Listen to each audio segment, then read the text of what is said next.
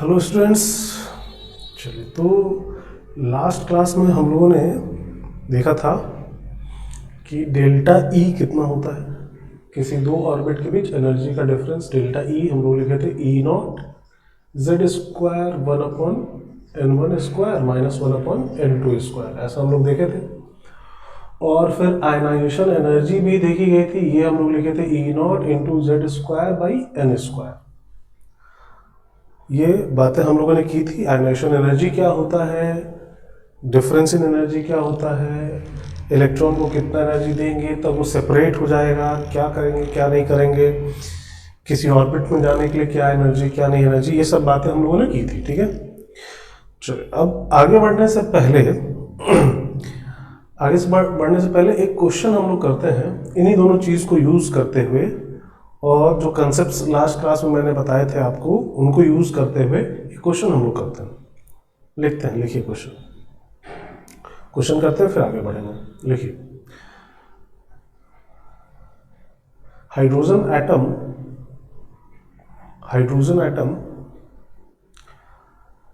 Present in ground state का मतलब क्या, फर्स्ट ऑर्बिट में। इलेक्ट्रॉन कहाँ है, first orbit. Hydrogen atom present in ground state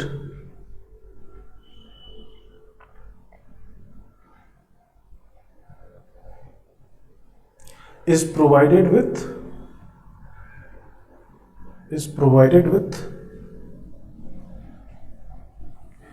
99% of its ionization energy. 99% of its ionization energy. Determine the orbit number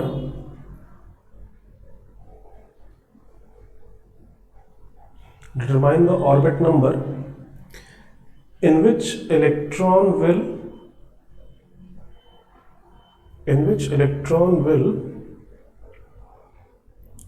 finally revolve.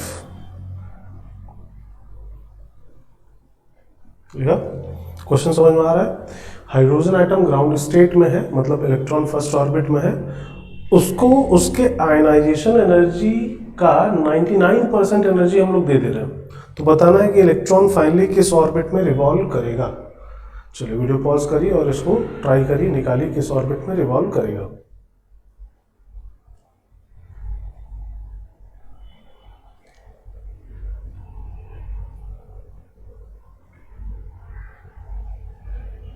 निकालिए, आया कुछ answer? क्या आंसर क्या आ रहा है? 10 आ रहा है तो अच्छी बात है, नहीं आ रहा है तो फिर देखते हैं कैसे निकाला जाए, क्या निकाला जाए। बोला गया है कि हम लोग हाइड्रोजन एटम को कितना एनर्जी दे रहे हैं, तो उसके आयनाइजेशन एनर्जी के बराबर नहीं दे रहे हैं, उसके आयनाइजेशन एनर्जी का 99% दे रहे हैं।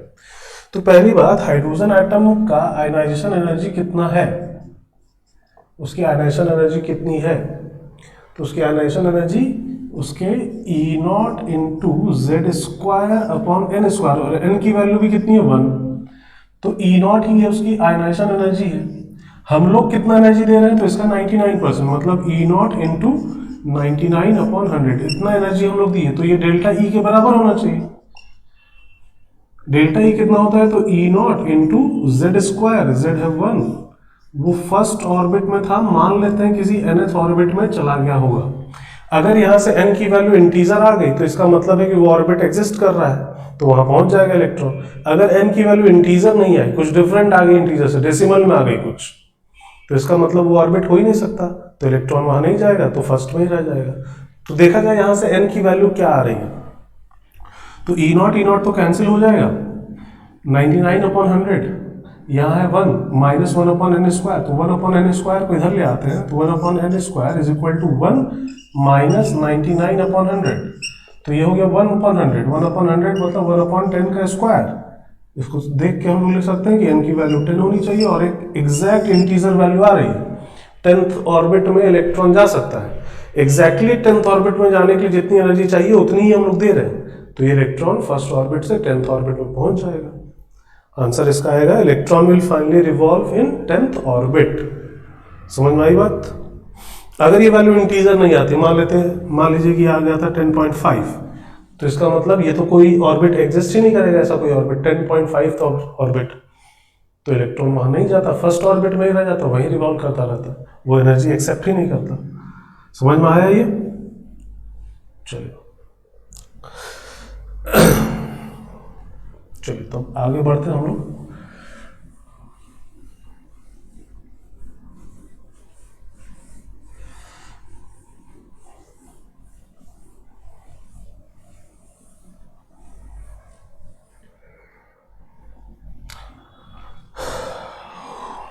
होता क्या है,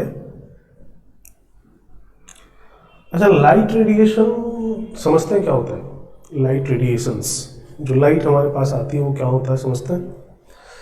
लाइट एक वेव है, वेव तो समझते हैं थोड़ा बहुत, जैसे साउंड वेव्स होती हैं, लाइट वेव्स होती हैं, तो लाइट क्या है? एक वेव है, ठीक है। वेव की वेवलेंथ होती है, फ्रीक्वेंसी होती है कुछ, वेव की जो फ्रीक्वेंसी होती है उसको न्यू से रिप्रेजेंट किया जाता है, या जो उसका वेवलेंथ होता है उसको लैम्डा से रिप्रेजेंट करता है। बहुत ज्यादा जानकारी अभी आपको नहीं है वेव के बारे में, थोड़ी बहुत जानकारी है। एक्चुअली हम लोग को यहाँ पे यूज करना है वेव की कुछ प्रॉपर्टीज को, है ना, उसको इन्वॉल्व करके यहाँ पे चीजें पढ़ी जाती हैं, ठीक है। तो हम लोग वेव्स के बारे में बहुत ज्यादा नहीं जान रहे हैं अभी, हमारे काम की जितनी चीजें हैं अभी हम लोग उसको जान ले रहे हैं। बाकी आप लोगों को फिजिक्स में पूरा चैप्टर ही वेव्स पे पढ़ना है, फिजिक्स में आप लोग पढ़ेंगे, ठीक है। अभी हमारे काम की चीज क्या है, तो वो ये है कि लाइट क्या होता है, लाइट वेव क्या होता है, तो उसको हम अपने तरीके से सिंपल सा इतना समझते हैं कि लाइट वेव्स में फोटॉन्स होते हैं। क्या होता है? फोटॉन्स। लाइट वेव में क्या होते हैं? फोटॉन्स। अब ये फोटॉन्स क्या है, ये फोटॉन क्या है, तो इसको हम लोग बोलते हैं bundles of energy, bundles of energy, bundles of energy या पैकेट ऑफ एनर्जी।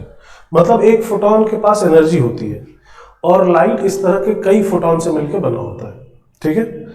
बहुत सारे फोटॉन होते हैं लाइट रेडिएशन में। अगर कहीं पे लाइट रेडिएशन इंसिडेंट हो रहा है, मतलब क्या इंसिडेंट हो रहा है, वहां पे फोटॉन्स जाके वहां पे लगातार इंसिडेंट हो रहे हैं। आपके पास लाइट पहुंच रही है, आपके आंख में लाइट आ रही है, तो इसका मतलब आपके आंख में फोटॉन्स जा रहे हैं, एक तरह से ऐसा समझ सकते हैं, ठीक है। तो फोटॉन्स होते हैं जिनके पास एनर्जी होती है। अगर कोई लाइट रेडिएशन सपोज करिए हम लोग देख रहे हैं जिसकी फ्रीक्वेंसी न्यू है, तो इसमें बहुत सारे फोटॉन्स हैं, लेकिन किसी भी एक फोटॉन की अगर बात की जाए तो उसकी एनर्जी जो होती है वो h न्यू के बराबर होती है। किसी भी एक फोटॉन की एनर्जी किसके बराबर होगी? तो h न्यू के बराबर। इसमें से कोई भी फोटॉन आप ले लीजिए, यहाँ बहुत सारे फोटॉन हैं, उनमें से कोई भी फोटॉन आप उठा लीजिए, हर एक फोटॉन की एनर्जी कितनी होगी? तो h न्यू के बराबर, अगर लाइट रेडिएशन की फ्रीक्वेंसी न्यू है तो, या इसी को हम लोग बोलते हैं hc by lambda. Actually frequency light radiation की जो होती है वो c बाई लैम्डा के बराबर होती है, ये रिलेशन होता है। तो लाइट रेडिएशन के लिए इतनी चीज अभी हम लोग समझते हैं, हम लोग को इसी का काम है, ठीक है।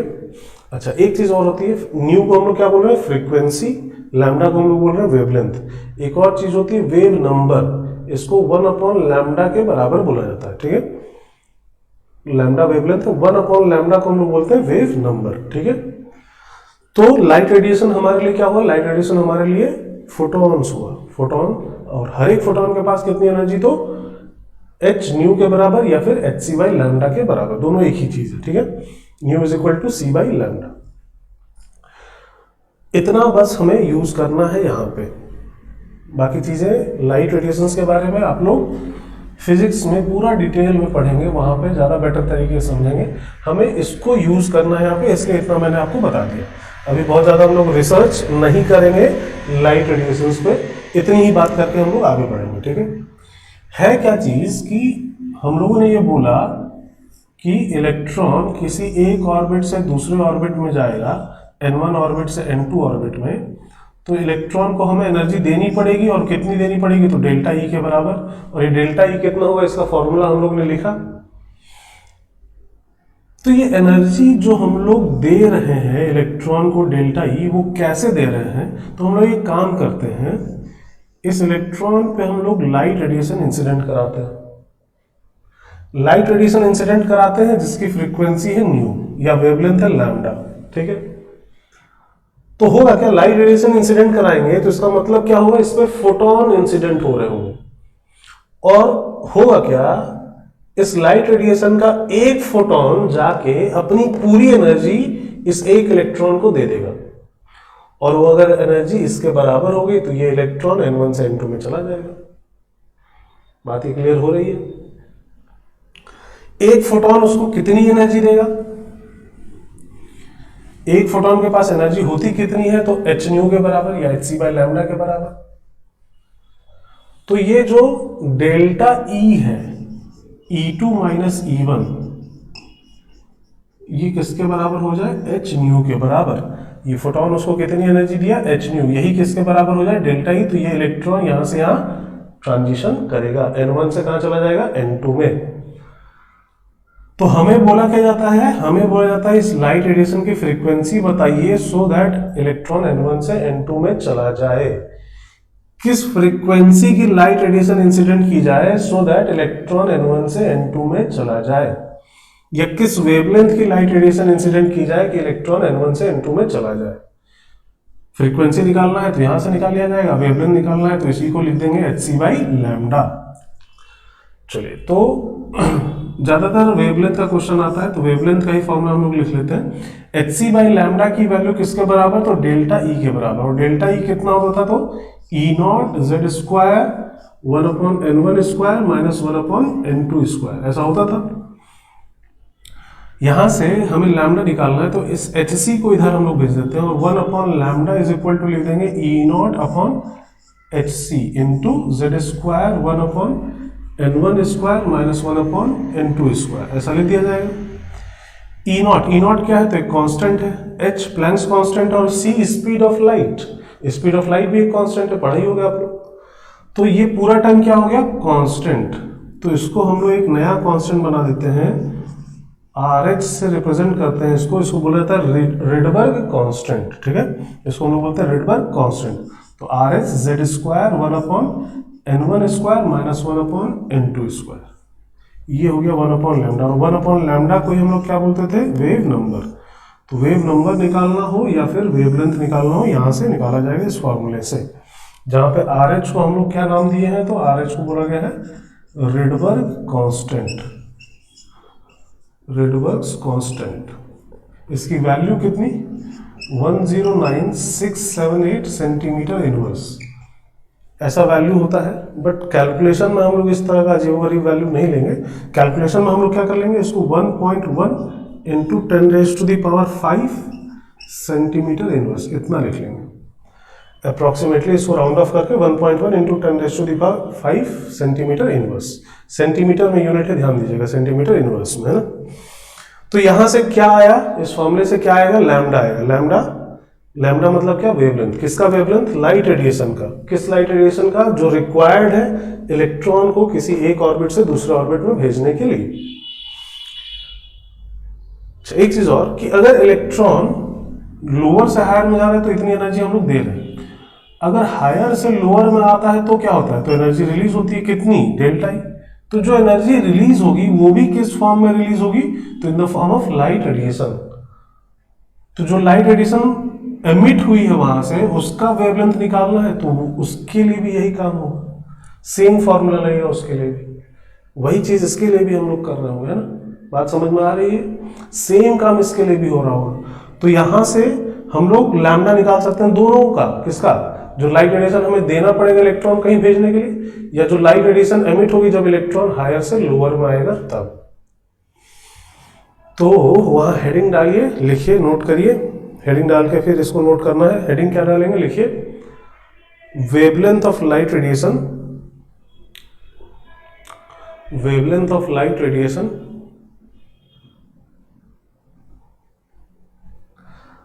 associated with transition, associated with transition, लिखा, हेडिंग डालो। चलो वीडियो पॉज करके ये सारी चीजें वहां पे नोट करिए।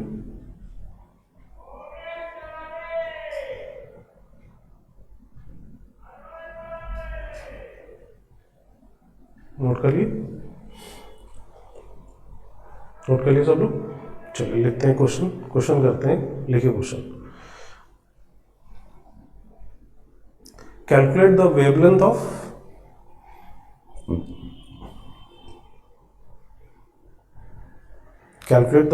Of light radiation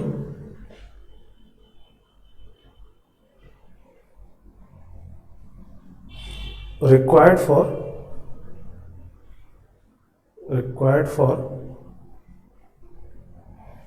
ionization of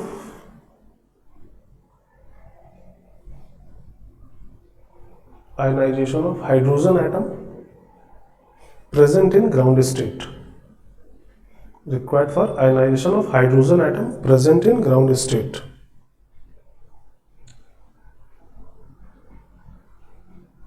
लिखा, सॉल्व करिए, वीडियो पॉज करिए, सॉल्व करिए।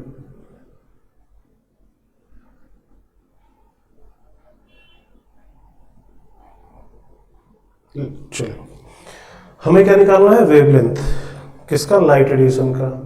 उस लाइट रेडिएशन का काम क्या है, हाइड्रोजन एटम को आयनाइज करना। हाइड्रोजन एटम को आयनाइज करने के लिए किस वेवलेंथ की लाइट रेडिएशन चाहिए हमें निकालना है।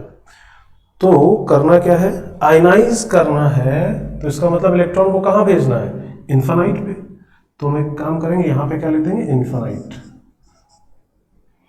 और कहां से ले जा रहे हैं, तो फर्स्ट ऑर्बिट से ले जा रहे हैं, तो यहां कर देंगे 1। हाइड्रोजन एटम है तो Z की वैल्यू हो जाएगी 1, RH की वैल्यू हमें पता ही है, लैम्डा आ जाएगा। बोले बात समझ में आ रही है, कोई दिक्कत? तो इस तरीके से हम लोग वेवलेंथ निकाल सकते हैं, कैलकुलेशन हो जाएगा ना। RH की वैल्यू रख देंगे 1.1 इंटू 10⁵, तो 1 अपॉन लैम्डा आ जाएगा, फिर 1 अपॉन कर देंगे तो लैम्डा की वैल्यू आ जाएगी। ठीक है, चलो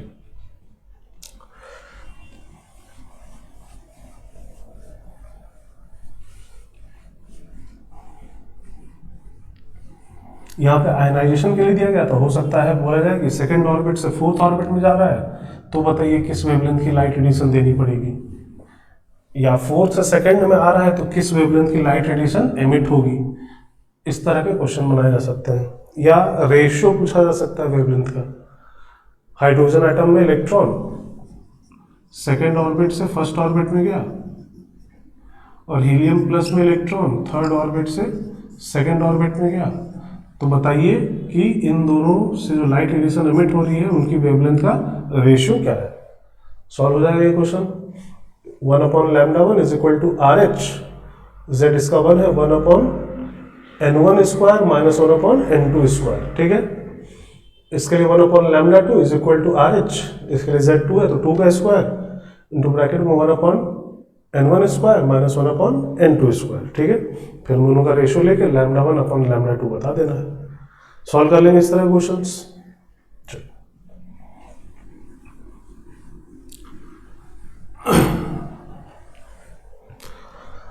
सपोज करिए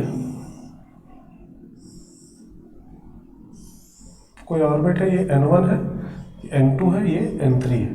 N3 बड़ा है N2 से, N2 बड़ा है N1 से। ठीक है, ऐसा मान लेते हैं ऑर्बिट से। इलेक्ट्रॉन N3 से अगर N2 में जाएगा तो एनर्जी कुछ एमिट करेगा, वो मान लेते हैं E1 है।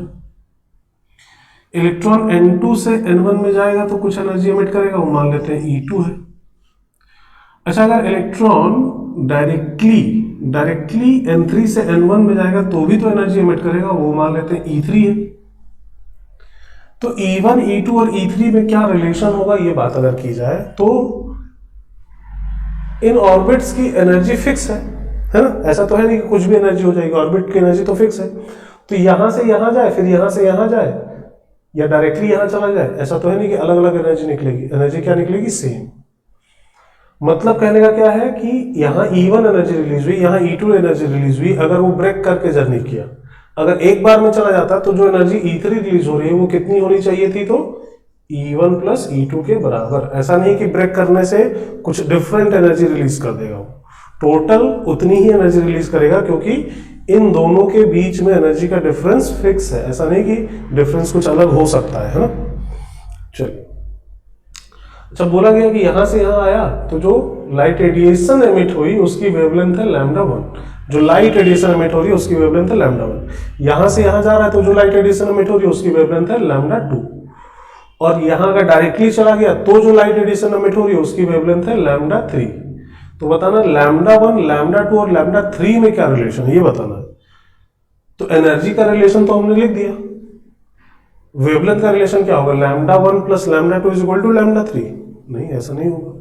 ये जो एनर्जी है यही तो डेल्टा ई है ना, इतनी एनर्जी रिलीज हो रही है तो डेल्टा ई है ना। इसी को हमने क्या लिखा था, एच सी बाई लैम्डा, मतलब E3 को हम लोग क्या लिखेंगे, एच सी बाई लैम्डा 3, नहीं, या E1 को क्या लिखेंगे, एच सी बाई लैम्डा 1, और E2 को क्या लिखा जाएगा, H C by lambda 2। H C cancel हो जाएगा, क्या आ जाएगा relation, 1 upon lambda 3 is equal to 1 upon lambda 1 plus 1 upon lambda 2। चलिए, तो वीडियो पॉज करिए और इस चीज को भी वहां पे नोट करिए। वीडियो पॉज करके इस चीज को नोट करिए वहां पर।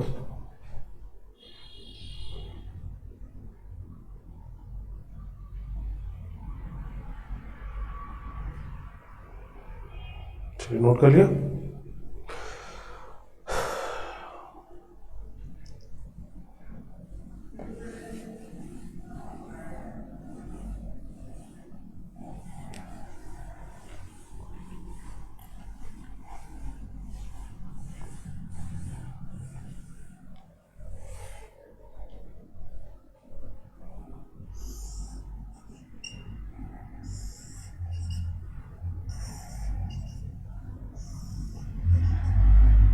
मान लीजिए ऑर्बिट है 1 2 3 4, ठीक है। इलेक्ट्रॉन सेकंड से फर्स्ट में आया, एनर्जी जो रिलीज हुई वो है E1। इलेक्ट्रॉन थर्ड से फर्स्ट में आया, एनर्जी जो रिलीज हुई वो है E2, ठीक है। इलेक्ट्रॉन फोर्थ से थर्ड में आ रहा है, जो एनर्जी रिलीज हो रही है वो है E3। इसके करस्पॉन्डिंग जो लाइट रेडिएशन उसकी वेवलेंथ है लैम्डा 1, इसके करस्पॉन्डिंग लैम्डा 2, इसके करस्पॉन्डिंग लैम्डा 3। बताना है E1 E2 E3 में ऑर्डर हमें एनर्जी का बताना है, कौन बड़ा है कौन छोटा है, और ऑर्डर हमें वेवलेंथ का बताना है, कौन बड़ा कौन छोटा है, ठीक है। तो पहले अगर E1 और E2 को कंपेयर किया जाए, E1 और E2 को, E1 बड़ा है या E2 बड़ा है, तो E2 क्या है, थर्ड से फर्स्ट में आने वाला एनर्जी, और E1 क्या है, सेकंड से फर्स्ट में आने वाला एनर्जी। थर्ड से फर्स्ट में आने का मतलब क्या है, थर्ड से सेकंड प्लस सेकंड से फर्स्ट, और ये सिर्फ सेकंड से फर्स्ट है, तो इस थर्ड से फर्स्ट वाले में थर्ड से सेकंड वाला एनर्जी ज्यादा जुड़ा हुआ है। इसका मतलब सिंपल सा क्या है कि E2 ज्यादा होगा E1 से, E2 is greater than E1, ठीक है। अब E2 को कंपेयर कर लेते हैं E3 से, पता चल जाएगा कौन बड़ा होगा कौन छोटा होगा। तो यहां इलेक्ट्रॉन थर्ड से फर्स्ट में आ रहा है और यहां इलेक्ट्रॉन फोर्थ से थर्ड में आ रहा है। हम लोग एक बात किए थे स्टार्टिंग में कि न्यूक्लियस के पास जितना ट्रांजिशन होगा एनर्जी का डिफरेंस उतना ही ज्यादा होगा, अगर याद हो तो। नहीं याद आ रहा है, न्यूक्लियस के जितना पास रहेंगे एनर्जी उतनी कम होगी, बट दो ऑर्बिट के बीच एनर्जी का डिफरेंस उतना ही ज्यादा होगा, अगर याद हो तो। बात किए हैं हम लोग ऐसी, ठीक है। तो ये न्यूक्लियस के पास वाला ट्रांजिशन है 3 से 1, और ये न्यूक्लियस से दूर वाला ट्रांजिशन है 4 से 3। ऊपर से इसमें दो ऑर्बिट का गैप है, यहां तो एक ही ऑर्बिट का गैप है। दो ऑर्बिट का गैप है तो एनर्जी डिफरेंस ऐसे ही ज्यादा होगा, एक ऑर्बिट का गैप है तो एनर्जी डिफरेंस ऐसे ही कम होगा। दूसरी बात, ये न्यूक्लियस के पास है तो इसका एनर्जी डिफरेंस ज्यादा होना चाहिए, इसका एनर्जी डिफरेंस कम होना चाहिए। और अगर ये बात नहीं समझ में आ रही है तो हम लोग न्यूमेरिकली तो कैलकुलेट कर ही सकते हैं ना, डेल्टा ई की वैल्यू। नहीं, कैलकुलेट नहीं कर सकते, 4 से 3 का डेल्टा ई निकाल सकते हैं और 3 से 1 का डेल्टा ई निकाल सकते हैं। तो हम लोग देखेंगे कि E2 की वैल्यू E3 से ज्यादा होगी, तो E2 E3 से ज्यादा है। अब E2 E1 से ज्यादा है, E2 E3 से ज्यादा है। E1 और E3 में क्या रिलेशन होगा, E1 और E3 में कौन बड़ा कौन छोटा। E1 न्यूक्लियस के पास वाला ट्रांजिशन, E3 न्यूक्लियस से दूर वाला ट्रांजिशन। ये न्यूक्लियस के पास हो रहा है ये ट्रांजिशन, ये न्यूक्लियस से दूर हो रहा है, ऑब्वियसली ये वाला ज्यादा होगा ये वाला कम होगा। E1 बड़ा होगा एज कंपेयर टू E3, तो E1 बड़ा होगा एज कंपेयर टू E3। तो ये रिलेशन होगा एनर्जी का। तो इस तरह के सब्जेक्टिव मतलब इस तरह के थ्योरेटिकल क्वेश्चन भी बनाए जाते हैं। ऑर्डर बताइए एनर्जी का, किसकी एनर्जी ज्यादा किसकी एनर्जी कम। और अब वेवलेंथ का ऑर्डर बताना हमें, तो वेवलेंथ का ऑर्डर बताने के लिए एनर्जी को हम लोग किसके बराबर लिखे थे, तो hc बाई लैम्डा के बराबर लिखे थे। ये जो डेल्टा ई हम लोग E1 E2 E3 ये डेल्टा ई है, इसकी वैल्यू किसके बराबर लिखे थे, hc by lambda. Delta E की वैल्यू जितनी ज्यादा ये वैल्यू उतनी ही कम होनी चाहिए, नहीं नहीं, ये बात समझ में आ रही है ना, या उल्टा बोलेगा ये जितना कम होगा ये उतना ही ज्यादा होगा। मतलब एनर्जी गैप जितना ज्यादा वेवलेंथ उसके करस्पॉन्डिंग उतनी कम, एनर्जी गैप जितनी कम वेवलेंथ उतना ज्यादा। हाँ, अगर फ्रीक्वेंसी की बात करनी होती तो फ्रीक्वेंसी का ऑर्डर यही होगा जो एनर्जी का है, क्योंकि फ्रीक्वेंसी ऊपर ही आ रहा है। जो ऑर्डर डेल्टा ई का होगा वही ऑर्डर फ्रीक्वेंसी का भी हो जाएगा, बट वेवलेंथ के केस में उल्टा हो जाएगा, है ना। तो वेवलेंथ का अगर ऑर्डर बताना है तो इसकी एनर्जी सबसे ज्यादा है तो इसका वेवलेंथ सबसे कम हो जाएगा, उसके बाद लैम्डा 1, उसके बाद लैम्डा 3। इस तरीके से हम लोग वेवलेंथ का ऑर्डर बता सकते हैं। तो इस तरह के थ्योरेटिकल क्वेश्चन यहाँ पे बनाए जाते हैं कुछ, ठीक है। तो उसमें दिमाग लगा के थोड़ा बहुत सिंपल सा है, बहुत कुछ ज्यादा सोचने वाला नहीं है। हाँ, चीजें अगर आपको याद हैं, सारी चीजें हम लोग कलेक्ट करके चल रहे हैं तो हम लोग सॉल्व कर सकते हैं आसानी से, है ना।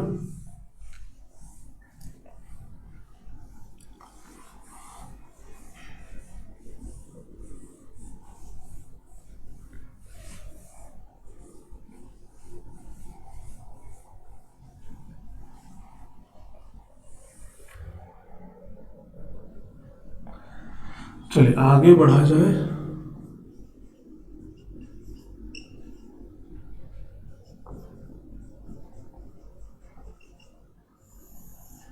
अब हमें पढ़ना है हाइड्रोजन स्पेक्ट्रम।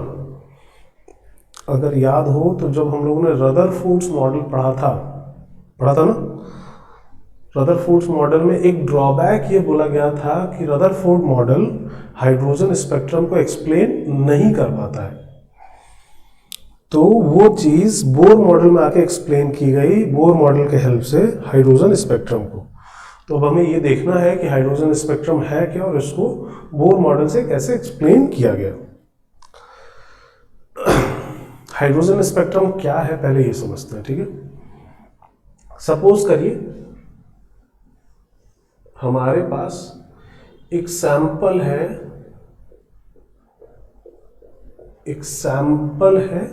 जिसमें ढेर सारे हाइड्रोजन एटम्स हैं, ढेर सारे हाइड्रोजन एटम है। और हाइड्रोजन एटम कहाँ है, तो एक्साइटेड स्टेट्स में। अब एक्साइटेड स्टेट का मतलब क्या है, ग्राउंड स्टेट का मतलब क्या बोले थे हम लोग, लोएस्ट एनर्जी वाला स्टेट, मतलब फर्स्ट ऑर्बिट, ठीक है ना। फर्स्ट ऑर्बिट के अलावा जितनी ऑर्बिट्स हैं वो सब एक्साइटेड स्टेट्स हैं। फर्स्ट एक्साइटेड स्टेट का मतलब क्या है, जस्ट ग्राउंड स्टेट के बाद वाला, मतलब second orbit. Second excited state का मतलब थर्ड ऑर्बिट। ग्राउंड स्टेट का मतलब फर्स्ट ऑर्बिट, एक्साइटेड स्टेट उसके बाद वाले, फर्स्ट एक्साइटेड स्टेट मतलब सेकेंड एक्साइटेड स्टेट मतलब थर्ड, सेवंथ एक्साइटेड स्टेट मतलब एट्थ ऑर्बिट। समझ में आ रही बात। एक्साइटेड स्टेट इसलिए बोला जाता है क्योंकि वहां पे एनर्जी ज्यादा होती है, क्योंकि एनर्जी वो अपनी मिनिमाइज करना चाहता है, वो ग्राउंड स्टेट में रहना चाहता है, लेकिन आपने उसको एनर्जी दे के कहीं और भेज दिया है, ठीक है। खैर, तो यहाँ पे हाइड्रोजन एटम्स एक्साइटेड स्टेट्स में है, इलेक्ट्रॉन हायर ऑर्बिट्स में है, सेकेंड में है, किसी में फोर्थ में है, किसी में 10th में है, किसी में और भी आगे होगा। इस तरह से अलग अलग एटम में अलग अलग ऑर्बिट में इलेक्ट्रॉन प्रेजेंट है और ढेर सारे हमारे पास हाइड्रोजन एटम है। अब वो इलेक्ट्रॉन क्या कर रहे हैं, वो इलेक्ट्रॉन वापस आना चाहते हैं ग्राउंड स्टेट में, वो इलेक्ट्रॉन वापस आना चाहते हैं ग्राउंड स्टेट में।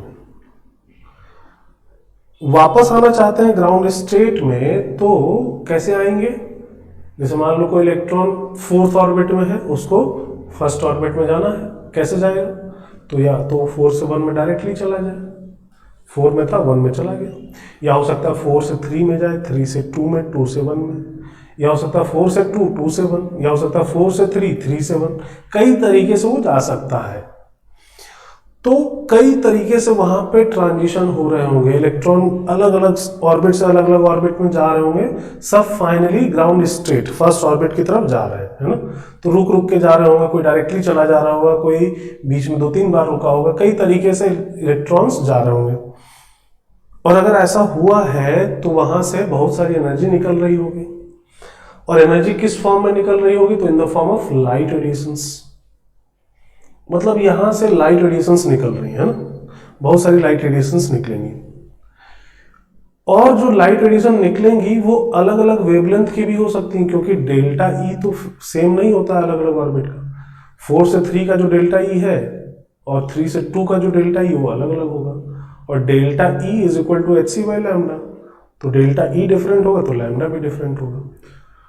तो इसका मतलब क्या निकल रहा है कि यहां से अलग अलग वेवलेंथ की लाइट रेडिएशंस निकलेंगी। जो लाइट रेडिएशन यहां से निकलती हैं उसको हम लोग क्या करते हैं, एक प्रिज्म से पास कराते हैं। एक प्रिज्म से पास कराएंगे तो प्रिज्म क्या करेगा, इन लाइट रेडिएशन को स्प्लिट कर देगा, अलग अलग वेवलेंथ की लाइट रेडिएशन अलग अलग तरीके से निकलेगी। प्रिज्म अलग अलग वेवलेंथ की लाइट रेडिएशन को स्प्लिट कर देता है, हा? ये पढ़े होगा तो ठीक है, नहीं पढ़े हो तो पढ़ोगे इसके बारे में ना। तो ये इसको अलग अलग वेवलेंथ की लाइट रेडिएशन को स्प्लिट कर देगा। ये सारे वेवलेंथ की लाइट रेडिएशन एक साथ आई, फिर प्रिज्म से जब हमने पास कराया तो अलग अलग वेवलेंथ की लाइट रेडिएशन अलग अलग स्प्लिट होकर निकलेगी, एक साथ नहीं निकलेगी, ठीक है। तो ये जो अलग अलग वेवलेंथ की लाइट रेडिएशन हमें मिल रही है उसको हम लोग एक फोटोग्राफिक फिल्म पे प्रोजेक्ट करा देते हैं। फोटोग्राफिक फिल्म पे प्रोजेक्ट करा देते हैं तो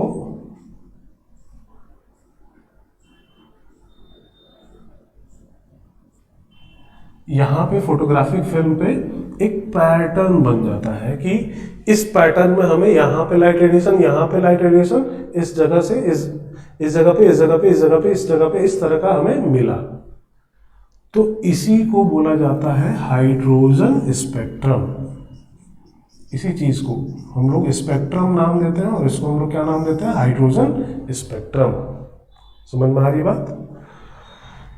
बहुत कॉम्प्लिकेटेड तरीके से नहीं, सिंपल वर्ड्स में समझते हैं। जो लाइट रेडिएशंस निकलती हैं वो अलग अलग वेवलेंथ की होती है, उनको हम लोग अगर एक फोटोग्राफिक फिल्म पे प्रोजेक्ट कर देते हैं तो एक स्पेक्ट्रम जनरेट होता है, उसी को हम लोग क्या नाम देते हैं, हाइड्रोजन स्पेक्ट्रम।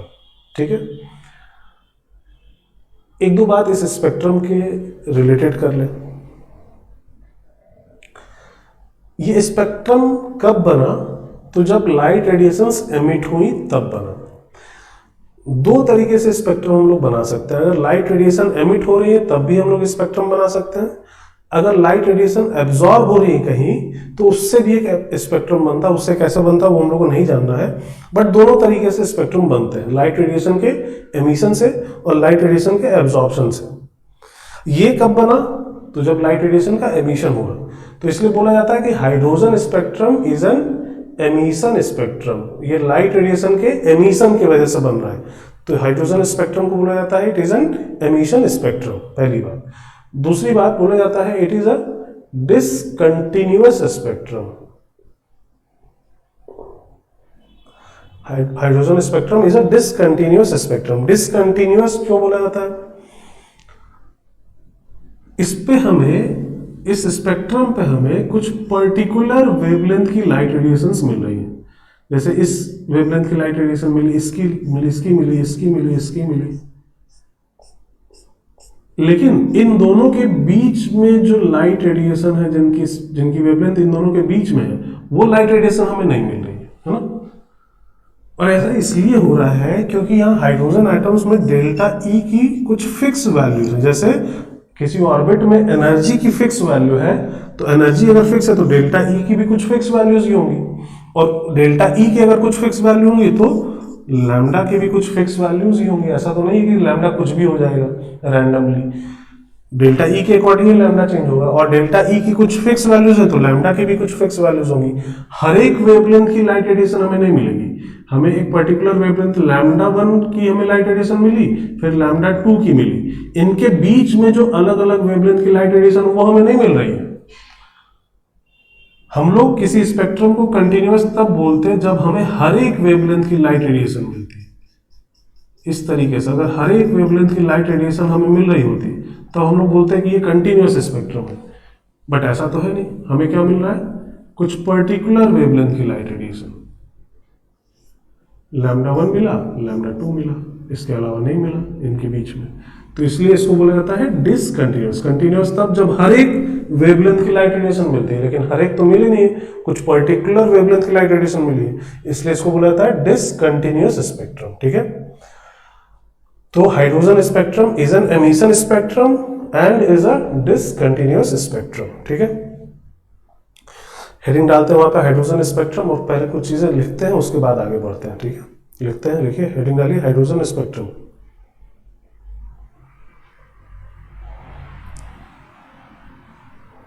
लिखिए, when electrons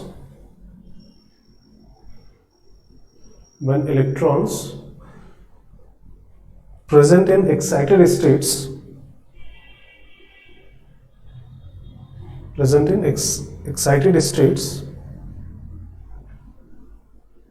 in hydrogen atoms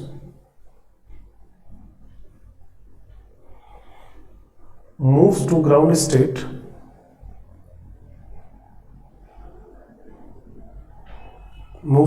state, then light radiations of different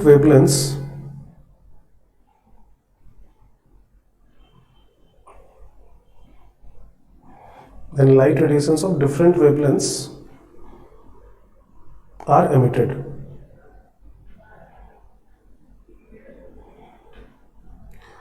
When these light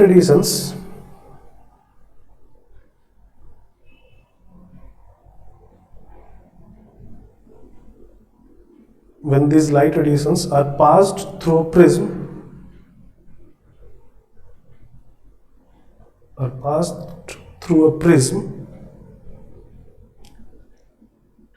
and projected upon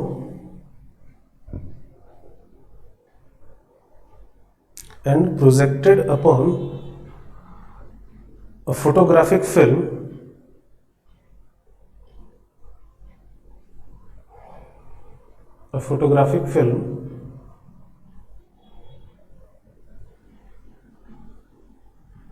then it produces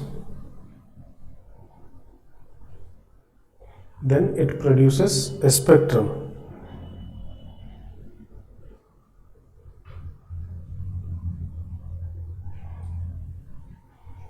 This spectrum is named hydrogen spectrum.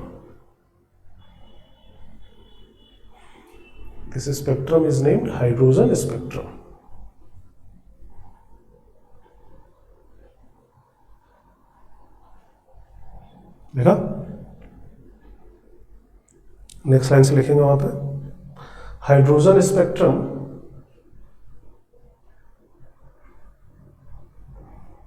is an emission spectrum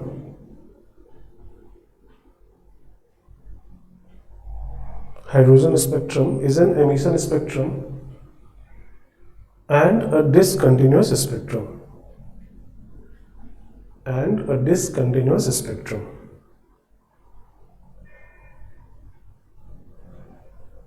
लिख लिया।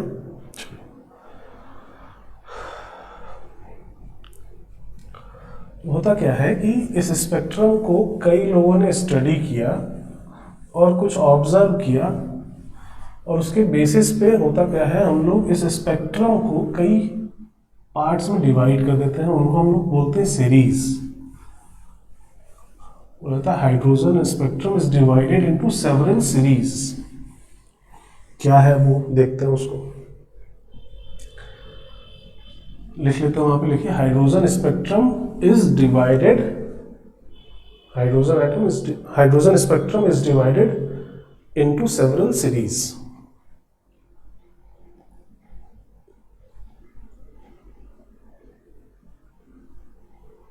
लिखा, जैसे पहला क्या है, पहला है लाइमन सीरीज।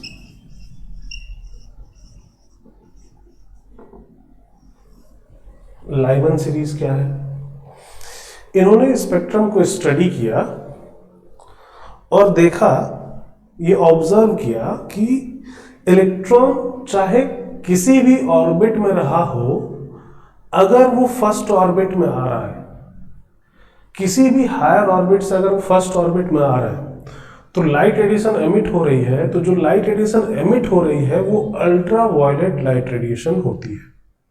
ये इन्होंने ऑब्जर्व किया कि हाइड्रोजन एटम में इलेक्ट्रॉन किसी भी हायर ऑर्बिट से अगर फर्स्ट ऑर्बिट में आता है, तो जो लाइट रेडिएशन एमिट होती है कौन सी लाइट रेडिएशन होती है, तो ultraviolet light radiation. Light radiation को हम लोग जनरली 3 कैटेगरी में डिवाइड करते हैं, पढ़े होगे आप लोग। बोला था ultraviolet light radiation, visible, और फिर बोला जाता है इंफ्रारेड। इधर से ऐसे जाते हैं तो एनर्जी घटती है, वेवलेंथ बढ़ता है। सबसे ज्यादा एनर्जेटिक कौन होते हैं, तो अल्ट्रा वायलेट, उसके बाद आता है विजिबल, उसके बाद आता है इंफ्रारेड। अच्छा, विजिबल में भी ऐसा कुछ होता है, पढ़े होंगे, विबग्योर। ये जो एंड होता है ये वॉयलेट एंड होता है ना, और ये रेड एंड होता है। रेड के बाद वाला इंफ्रारेड कहलाता है और वॉयलेट के पहले वाला अल्ट्रा वॉयलेट कहलाता है। ठीक है, ये सब चीजें पढ़े होंगे पहले, है ना। तो उन्होंने क्या ऑब्जर्व किया कि हाइड्रोजन एटम में अगर इलेक्ट्रॉन किसी भी हायर ऑर्बिट से फर्स्ट ऑर्बिट में आ रहा है, वो हायर ऑर्बिट कुछ भी हो सकता है, second orbit, third orbit, fourth orbit, रुक के नहीं, डायरेक्टली आना है, फर्स्ट में आना है, डायरेक्टली आना है, रुकते हुए नहीं, 4 से 3, 3 से 1, ऐसा नहीं। किसी भी हायर ऑर्बिट से अगर फर्स्ट ऑर्बिट में आ रहा है, तो जो लाइट रेडिएशन एमिट हो रही है वो सारी लाइट रेडिएशन कौन सी है, तो अल्ट्रा वायलेट लाइट रेडिएशन, ऐसा इन्होंने ऑब्जर्व किया। तो उन सब का नाम इन्होंने क्या रख दिया, लाइमन सीरीज। ठीक है ना।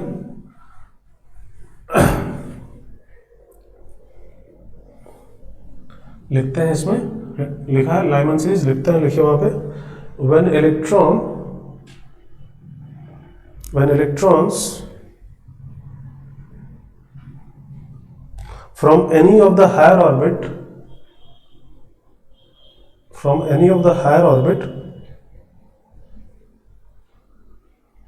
moves to first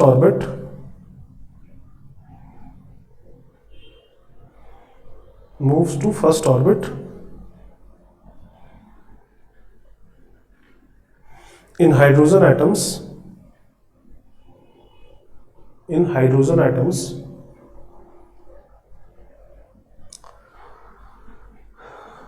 then ultraviolet light radiations are emitted.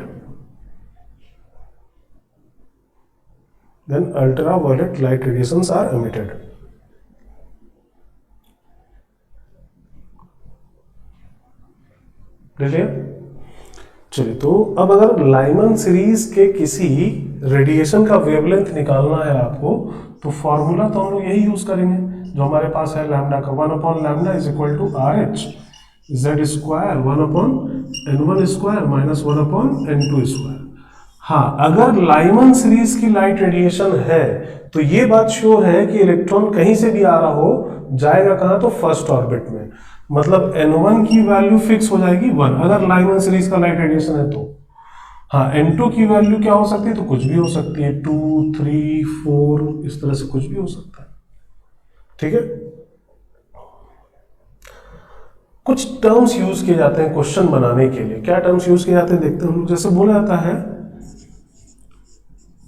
Calculate longest wavelength of Lyman series for hydrogen atom. ठीक है, हाइड्रोजन एटम है तो Z की वैल्यू आपको पता चल गई, लाइमन सीरीज है तो N1 की वैल्यू पता चल गई 1, RH की वैल्यू पता ही है। अगर N2 की वैल्यू पता चल जाए तो हम लोग लैम्डा निकाल सकते हैं, वही निकालने बोला गया है। हाँ, बट हमें क्या है, N2 की वैल्यू पता होनी चाहिए, उसके लिए ये टर्म यूज किया गया है, longest wavelength of Lyman series. अब इसका मतलब क्या, delta E is equal to HC by lambda, ऐसा हम लोग लिखते हैं, ऐसा लिखा जाता है ना। ये लॉन्गेस्ट है, सबसे ज्यादा है। अगर ये सबसे ज्यादा है तो ये क्या होगा, सबसे कम। बोलिए, कोई दिक्कत। डेल्टा E क्या होना चाहिए, सबसे कम, एनर्जी का डिफरेंस सबसे कम। मतलब क्या, ये फर्स्ट ऑर्बिट है, ये सेकंड ऑर्बिट है, ये थर्ड ऑर्बिट है, इस तरह से सो ऑन चलता चला जाएगा, ठीक है। लाइमन सीरीज है तो इलेक्ट्रॉन को फर्स्ट ऑर्बिट में आना ही आना है। वो कहाँ कहाँ से आ सकता है? वो सेकंड से आ सकता है, वो थर्ड से आ सकता है, वो फोर्थ से आ सकता है, वो फिफ्थ से आ सकता है, ऐसा हो सकता है। इन सब के लिए जो वेवलेंथ होगा वो किस सीरीज का होगा? तो लाइमन सीरीज का होगा। तो लाइमन सीरीज में हमें सबसे कम एनर्जी डिफरेंस वाला लाइन चाहिए। सबसे कम एनर्जी डिफरेंस किसका होगा? ये एनर्जी डिफरेंस E1 है मान लेते हैं, ये एनर्जी डिफरेंस E2 है, ये वाला, ये एनर्जी डिफरेंस E3 है। तो क्या दिख रहा है? E1 बड़ा है या E2 बड़ा है? तो E2 बड़ा है, क्योंकि E2 में E1 तो है ही, ये और इंक्लूड हो गया। E3 में E2 तो है ही, ये और इंक्लूड हो गया। तो अगर लाइमन सीरीज, ध्यान दीजिएगा, लाइमन सीरीज मतलब इलेक्ट्रॉन को फर्स्ट में लाना ही है, तो ये एनर्जी डिफरेंस हो सकता है, या फिर ये हो सकता है, या फिर ये हो सकता है, या और बड़ा होता चला जाएगा। सबसे कम एनर्जी डिफरेंस कहां पे है? जब जस्ट अपने ऊपर वाले मतलब सेकंड ऑर्बिट से आ रहा है। नहीं, इलेक्ट्रॉन जब जस्ट अपने ऊपर वाले से आएगा तो एनर्जी डिफरेंस सबसे कम होगा। उससे और हायर से आ रहा है तो वो वाला तो एनर्जी डिफरेंस इंक्लूड ही हो जा रहा है। नहीं, ये एक ऑर्बिट, ये उसके ऊपर, ये उसके ऊपर, तो ये जो डिफरेंस है ये इसमें तो इंक्लूड ही हो जा रहा है ना। इसमें ये तो आ ही रहा है, प्लस ये भी आ जा रहा है। तो अपने जस्ट ऊपर से आएगा तो एनर्जी का डिफरेंस सबसे कम होगा, उससे और ऊपर आएगा तो एनर्जी डिफरेंस और ज्यादा, और ऊपर आए तो और ज्यादा। अगर इन्फानाइट से आ रहा है तो सबसे ज्यादा एनर्जी डिफरेंस होगा। नहीं, बात समझ में आ रही है? नहीं आ रही है? सबसे ज्यादा एनर्जी डिफरेंस कब होगा? जब इलेक्ट्रॉन इन्फानाइट से आए। सबसे कम कब होगा? जब जस्ट अपने ऊपर वाले से आए, क्योंकि आना उसको फिक्स है कि फर्स्ट ऑर्बिट में है, अगर लाइमन सीरीज है तो, है ना। बात समझ में आ रही है? तो हमें क्या चाहिए था? Longest wavelength of Lyman series. Longest wavelength का मतलब लैम्डा सबसे ज्यादा, डेल्टा ई सबसे कम। डेल्टा ई सबसे कम कब होगा? जब जस्ट अपने ऊपर वाले से आए, मतलब कहां से आए? सेकेंड ऑर्बिट से। किसमें आए? फर्स्ट ऑर्बिट में। लाइमन सीरीज है तो N1 तो 1 होगा ही, N2 क्या होना चाहिए? 2। बोलिए, बात समझ में आ रही है? अगर वही इसका उल्टा बोला गया होता, shortest wavelength of Lyman series, तो इसका मतलब क्या होता? N1 तो 1 होता। शॉर्टेस्ट वेवलेंथ अगर इस बार हमें चाहिए, लैम्डा अगर सबसे कम चाहिए हमें, तो एनर्जी का गैप सबसे ज्यादा होगा। और एनर्जी का गैप फर्स्ट ऑर्बिट और किस ऑर्बिट के बीच सबसे ज्यादा होगा? मतलब किसके बीच सबसे ज्यादा होगा? तो इन्फानाइट और फर्स्ट। मतलब यहां पे N2 की वैल्यू क्या हो जाए? इन्फानाइट। बोलिए, कोई दिक्कत? या कुछ और भी टर्म्स यूज करते हैं। Second line of Lyman series, calculate wavelength of second line of Lyman series, ऐसा बोला जाता है। लाइमन सीरीज है तो सबसे पहली बात N1 तो 1 होगा। सेकेंड लाइन का मतलब क्या होता? क्या है, जो हम लोग स्पेक्ट्रम की बात कर रहे थे, स्पेक्ट्रम में हमें अलग अलग वेवलेंथ की लाइट रेडिएशन अलग अलग मिलती है, तो इनको लाइंस बोला जाता है। स्पेक्ट्रम में जो दिखता है हमें उसको हम लोग बोलते हैं लाइन। वो लाइन के फॉर्म में हमें दिखाई देता है स्पेक्ट्रम में, ठीक है। तो फर्स्ट लाइन कब बोला जाएगा? कब बोला जाएगा first line of Lyman series produce हुआ? फर्स्ट लाइन का मतलब क्या है? अपने जस्ट ऊपर वाले से आएगा तो उसको बोला जाता है first line of that series. मतलब लाइमन सीरीज का फर्स्ट लाइन है, इसका मतलब क्या? इलेक्ट्रॉन को फर्स्ट में आना है, वो कहां से आए? अपने जस्ट ऊपर वाले से, मतलब कहां से? सेकेंड से। सेकेंड से फर्स्ट में आएगा तो उससे, उस वेवलेंथ से जो लाइन यहां पे जनरेट होगा स्पेक्ट्रम में, उसको बोला जाएगा first line of Lyman series. Second line का मतलब क्या होगा? जस्ट अपने जस्ट ऊपर के ऊपर, मतलब second line of Lyman series चाहिए तो हमें इलेक्ट्रॉन को कहां से कहां भेजना होगा? तो अपने जस्ट ऊपर के ऊपर। मतलब अपने जस्ट ऊपर क्या है? सेकेंड, उसके ऊपर क्या है? थर्ड। थर्ड से फर्स्ट में आएगा तो उसको बोला जाएगा second line of Lyman series. मतलब N1 की वैल्यू 1 होगी और N2 की वैल्यू क्या होगी? 3। तो अगर इसका वेवलेंथ निकालना बोला गया तो निकाल सकते हैं हम लोग। Second line of Lyman series का वेवलेंथ कैलकुलेट करना है, N1 की वैल्यू 1 हो गई और N2 की वैल्यू 3 हो गई। RH पता ही है, Z हाइड्रोजन एटम है तो 1 हो जाएगा। या इसी तरह बोला गया fifth line of Lyman series, तो बताइए अब क्या होना चाहिए, n1 तो 1 हो जाएगा, n2 क्या हो जाएगा, n2 कितना बोलेंगे, फिफ्थ लाइन, फर्स्ट लाइन का मतलब सेकंड से आए, सेकंड लाइन का मतलब थर्ड से आए, थर्ड लाइन का मतलब फोर्थ से आए, फोर्थ लाइन का मतलब फिफ्थ से आए, फिफ्थ लाइन का मतलब 6 से 1 में आए। तो इलेक्ट्रॉन 6 से 1 में जा रहा होगा तो हमें फिफ्थ लाइन मिलेगी लाइमन सीरीज की। चीजें क्लियर हो रही हैं? ये सब वर्ड्स इसलिए यूज किए जाते हैं सो दैट आप क्वेश्चन बना सकें। क्वेश्चन में इन सब वर्ड्स का यूज किया जाता है ना, तो आपको क्लियर होना चाहिए कि किस वर्ड का मीनिंग क्या है, अदरवाइज आप वहां पे n1 और n2 की वैल्यूज लेने में गड़बड़ी कर देंगे, और गड़बड़ी कर देंगे तो फिर क्वेश्चन गलत हो जाएगा।